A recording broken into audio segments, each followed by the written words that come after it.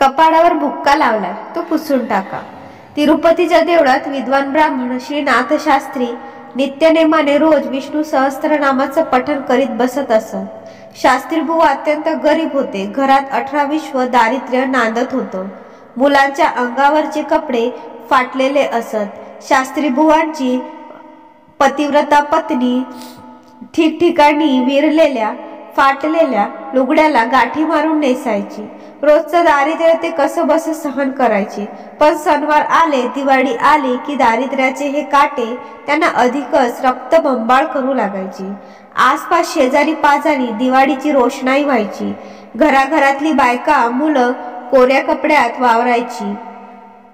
पण शास्त्री बुवांची मात्र फाटक्या कपड्यात हिंडायची. संस्कारित असल्यामुळे ती आपल्या पित्याला दोष देत नसत. पण त्यांच्या मूक नजरेतील आर्तता श्रीनाथ शास्त्रींच्या हृदयात पिळवून भेदून जात असे.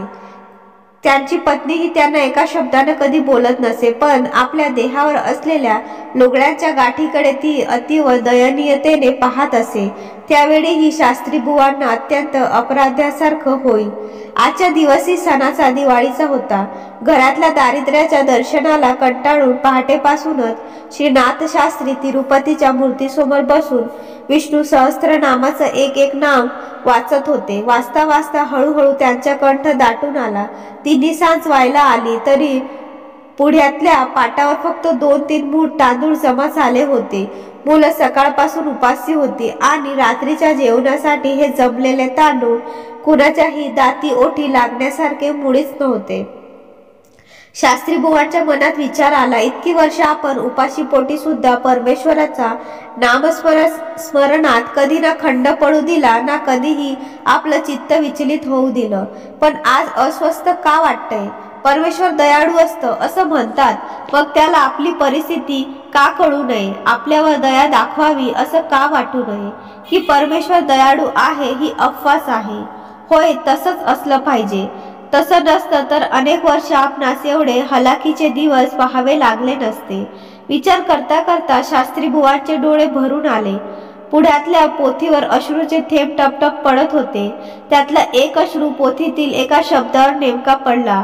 शास्त्री बुवांनी डोळ्यातील पाण्याच्या पडद्या आडून त्या शब्दाकडे निरखून पाहिलं. तो शब्द होता दयाघन.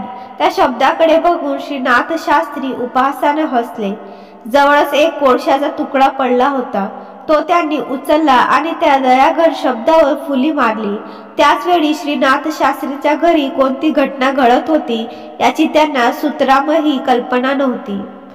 त्या तिन्ही सांजेला श्रीनाथ शास्त्रीच्या घरासमोर डोक्यास काठेवाडी पद्धतीची पगडी बांधलेल्या सतेज चेहऱ्याचा तरुण येऊन उभा राहिला होता. त्याने आपल्या समवेत 8-10 बैलगाड्या भरपूर सामान आणलं होतं. ते सर्व सामान त्याने शास्त्री बुवांच्या घरासमोर उतरवलं. शास्त्री बुवांच्या पत्नीजवळ त्याने एक मखमली कापडाची थैली दिली. त्या थैलीत सुवर्ण मुद्रा होत्या.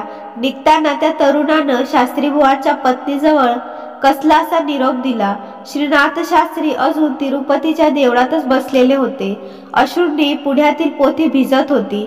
इतक्यात त्यांच्या डोळ्यासमोर नव्या कोऱ्या कपड्यातील त्यांची मुलं येऊन उभी राहिलेली दिसली. शास्त्री बुवांना आश्चर्यच वाटलं. आपल्या मुलांनी हे नवे कोरे कपडे कुठून आणले असतील या प्रश्नानं ते साशंक होतं. मुलांच्या अंगावर ओरडले, काय रे, कोणी दिले हे कपडे? कुठून चोरून बिरून आणलेत की काय? दरिद्री माणसाला वैभव नेहमी पाप केल्याशिवाय मिळत नाही असंच वाटतं असतं. त्यामुळे चोरी केल्याशिवाय आपली मुलं नवे कपडे घालणारच नाहीत असं क्षणभर का होईना पण गृहीत धरल्यामुळे श्रीनाथ शास्त्री ओरडले होते. पण मुलं खुशीत असल्यामुळे पित्याच्या ओरडण्याला न घाबरता ती उतरली. बाबा, इथे काय बसून राहिलात? लवकर घरी चला. आपल्या घरी खूप मज्जा झालीये. श्रीनाथ शास्त्री घाईघाईने निघाले. घरी येऊन पाहतात तर काय, घरभर दिवे तेजाळत होते. सर्वत्र उदबत्ती धुपाचा सुवास दरवळत होता. एवढे दिवे लावलाय, तेल आलं कुठून? विचार करत असतानाच नवकोर रेशमी लुगडं नेसलेली त्यांची पत्नी त्यांच्या स्वागताला आली. सुवर्ण अलंकाराने ती सजली होती. शास्त्री बुवा तिच्याकडे पाहतच राहिले. त्यांनी विस्फारित नजरेने तिला विचारलं, एवढं सगळं वैभव अचानक आलं कुठून?